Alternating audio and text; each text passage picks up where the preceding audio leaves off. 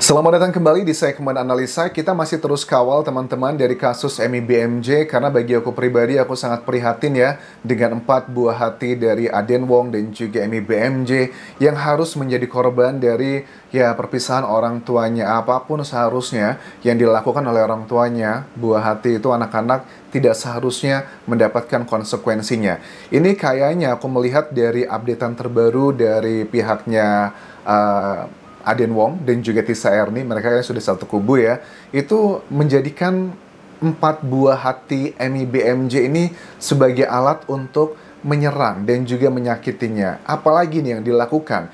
Kalau aku lihat sekarang di TikTok, ini banyak banget foto-foto yang menunjukkan kebersamaan antara Aden Wong dan juga keempat buah hatinya. Ini kan ada dua putra-putrinya, yang paling tua kan putrinya ya, yang usia 14 tahun, itu yang juga sudah berbicara ke media massa, dan juga yang lucu ini, ada yang juga putranya sudah berbicara ke media massa juga, ke sosial media. Nah yang bayi ini kan yang paling terakhir, ini udah cukup gede ya, kelihatan sehat banget. Lantas pertanyaan dari netizen, ini kapan fotonya diambil? Ya, kalau sudah ada yang paling kecil, yang usia masih beberapa bulan ini, artinya kemungkinan besar ini fotonya diambil dalam waktu mungkin baru sekitar semingguan atau 2 minggu yang lalu, which is di tengah terjadinya drama antara Emi BMJ, Tisa Erni, dan juga Aden Wong. Lantas apa yang terjadi? Kok bisa foto ini bocor ke media ataupun juga ke sosial media? Apakah sebuah kebetulan atau kesengajaan atau bahkan tidak sengaja ada orang yang membocorkan? Kalau menurut aku ini adalah kesengajaan. Ini adalah bagian strategi dari Aden Wong dan juga Tisa Erni untuk membalas Emi BMJ. Mungkin di matanya masyarakat menilai bahwa Emi BMJ itu menang karena mendapatkan simpati masyarakat Indonesia at least ya. Tetapi bagi seorang ibu melihat putra-putrinya bersama bapaknya, kemudian dengan dugaannya Tisa Erni juga ada di sana, itu adalah perasaan yang paling menyakitkan. Mungkin Aden Wong berpikir gini bahwa, oke Emi, kamu bisa menang di hadapan seluruh netizen Indonesia, tetapi aku tahu banget hati kamu hancur. Jadi ditunjukkan keharmonisan mereka agar Emi BMJ semakin panas. Ya wajar, aku juga bisa memahami lah ya.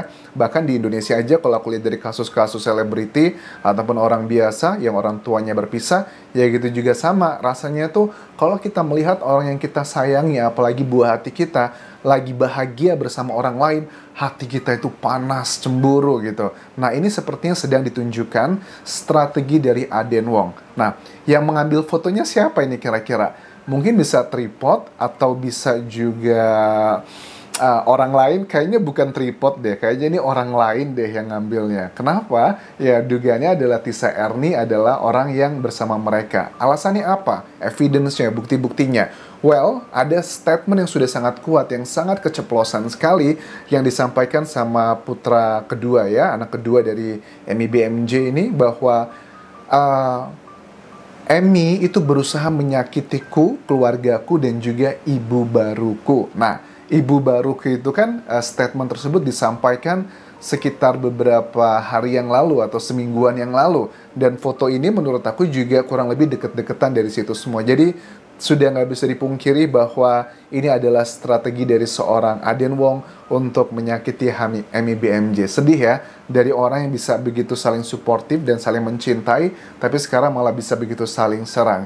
Ada juga keterangan dari pengacara Indonesia yang cukup populer, Kamarudin Simanjuntak, yang beliau ini mengatakan bahwa saya siap loh untuk ngebantu Emi BMJ, silahkan datang ke kantor saya kalau memang butuh bantuan.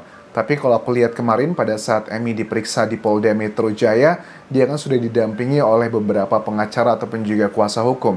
Di laporan itu ada 2 hal yang disampaikan atau dilaporkan. Pertama adalah mengenai perzinahan, ini adalah untuk Tisa Erni, dan yang kedua adalah untuk menghalang-halangi bertemu dengan buah hatinya.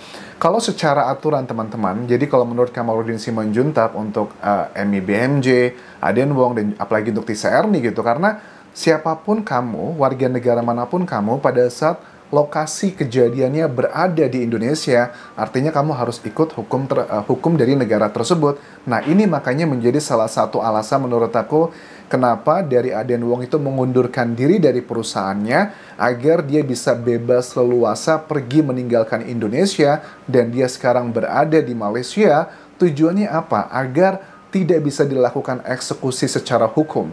Karena kalau dia masih bekerja, ya dia nggak bisa pindah ke sana ke sini segampang itu. Jabatan dia juga sebagai seorang CEO punya tanggung jawab yang harus membutuhkan meeting, ketemu langsung, decision, keputusan A, B, C, dan D. Itu yang sangat menyulitkan dia untuk bergerak. Makanya dia sangat cerdas dan juga pintar ya. Dia sudah berkomunikasi. Pertama adalah dikatakan dari Hotman Paris bahwa ada yang menemui asistennya untuk meminta bantuan ke Aden Wong tersebut dan sudah diterima. Dan dia juga pada saat sudah meminta bantuan Hotman Paris secara official, karena itu adalah profesi pengacara, which is fine, Aden Wong tuh langsung terbang ke Malaysia, kata Hotman Paris. Tetapi Hotman Paris bilang bahwa saya tuh belum melakukan apapun dalam kasusnya dia, karena yang melaporkan dan dilaporkan itu sedang berada di luar negeri. Tapi kalau untuk Emi-nya kan sudah kembali tuh ke ke Jakarta, walaupun dia sempat ke Singapura. Tapi untuk Tisa Erni sama Aden Wong, ini belum jelas gimana kelanjutannya. Lantas, kan yang dilaporkan di Polda Metro Jaya itu adalah Tisa dan juga Aden Wong. Lantas gimana proses selanjutnya? Nah, proses selanjutnya adalah harusnya itu Tisa Erninya dan Aden Wongnya dipanggil untuk dilakukan klarifikasi. Kalau pemanggilan tersebut tidak diindahkan, artinya kan ada pemanggilan pertama, pemanggilan kedua, pemanggilan ketiga. Kalau itu nggak diindahkan, prosesnya akan terus berjalan secara hukum walaupun tanpa kehadiran dari pihak yang terlaporkan. Kalau sudah dianalisis dari tim penyidik nantinya, kalau sudah ada 2 alat bukti yang kuat, ini sudah bisa menetapkan mereka sebagai tersangka, Tisa Erni dan juga Aden Wongnya. Alat bukti dalam dunia hukum itu ada 5, ada keterangan saksi, keterangan ahli, keterangan terdakwa, petunjuk, dan juga surat. Dibutuhkan 2 alat bukti untuk menentukan mereka sebagai tersangka. Sudah jelas, seperti aku bahas di video sebelumnya, paling tidak sudah ada 2 alat bukti untuk menentukan pasal perzinahan dan juga pasal untuk menghalang-halangi bertemu dengan buah hatinya, memberikan air susu ibu. Itu juga bagian yang ada pasalnya di sini. Pertama, kalau aku lihat dari alat bukti atau barang bukti yang merujuk ke alat bukti, ada keterangan saksi, ya bisa dari Emi-nya, itu yang pertama, atau dari saksi misalnya dari asistennya Aden Wong yang sudah diberhentikan, Daviena, terus juga dari mantan asisten rumah tangga yang juga sudah diberhentikan, itu juga sudah ada 3, ditambah lagi dengan video yang viral yang sudah di mana-mana pada saat Tisa Erni menghalang-halangi, membawanya masuk ke dalam kamar, ada Aden Wong juga di sana. Itu sudah tambahan lagi menjadi keterangan ahli nantinya untuk mengecek apakah video tersebut asli atau editan atau bukan, dan itu sudah bisa menjadikan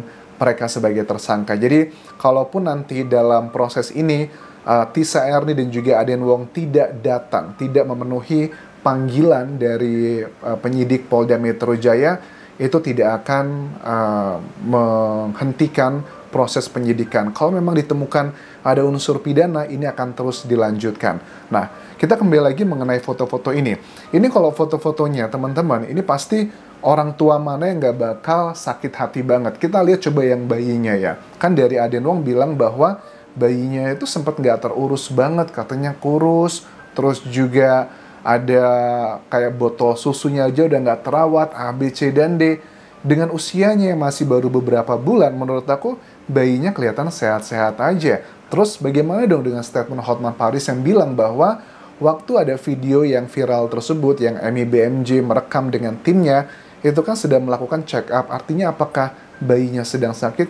Enggak dong. Namanya juga usia seperti itu kan ada ada imunisasi, ada monthly check, apalagi untuk profil keluarga kaya raya seperti itu. Ketemu dokter itu bukan berarti dia punya penyakit tertentu, enggak juga, tapi lebih ke maintaining aja agar bayi tersebut mendapatkan perawatan yang maksimal. Tapi bagi aku juga cukup unik ya, seorang Aden Wong begitu peduli banget ngebawa buah hatinya ke rumah sakit yang mahal untuk melakukan check up rutin, tetapi kenapa dia nggak mikir bahwa yang namanya air susu ibu itu jauh lebih baik dibandingkan susu formula termahal di dunia sekalipun. Apa yang ngebuat dia berpikir bahwa susu formula bisa menggantikan air susu ibu? Karena setahu aku teman-teman ya, apalagi dia sangat gampang lah cari info seperti ini.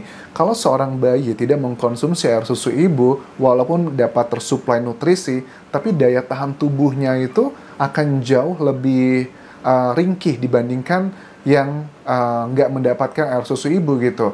Apakah ini salah satu strateginya seorang Aden Wong agar dihilangkan kayak attachment, biarin tidak ada kedekatan antara empat buah hatinya dengan Emmy? Apakah dia sebegitu bencinya sama Emmy? Adakah hal-hal lain yang sedang disembunyikan oleh Emmy BMJ tentang hal-hal yang terjadi selama ini?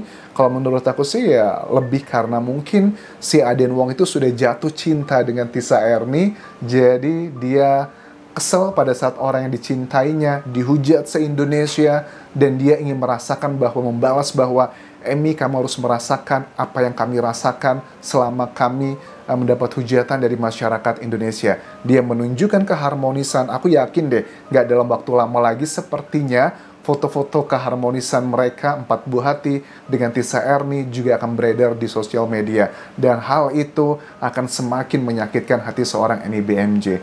Well, mudah-mudahan Emmy diberikan kekuatan untuk menghadapi ini semua, dan kita lihat nanti perkembangannya, karena Emmy kan juga sudah ikhlas ya menerima bahwa kalau mereka harus berpisah, tetapi please tolong jangan pisahkan dia dengan keempat buah hatinya, terutama yang masih berusia beberapa bulan ini, karena masih membutuhkan ASI eksklusif. Terima kasih sudah menonton, sampai ketemu lagi di video berikutnya. Tinggalkan like dan juga komen, subscribe channel YouTube ini, follow Instagram, Facebook, dan juga akun TikTokku di Anjasa Sumara. Sampai jumpa.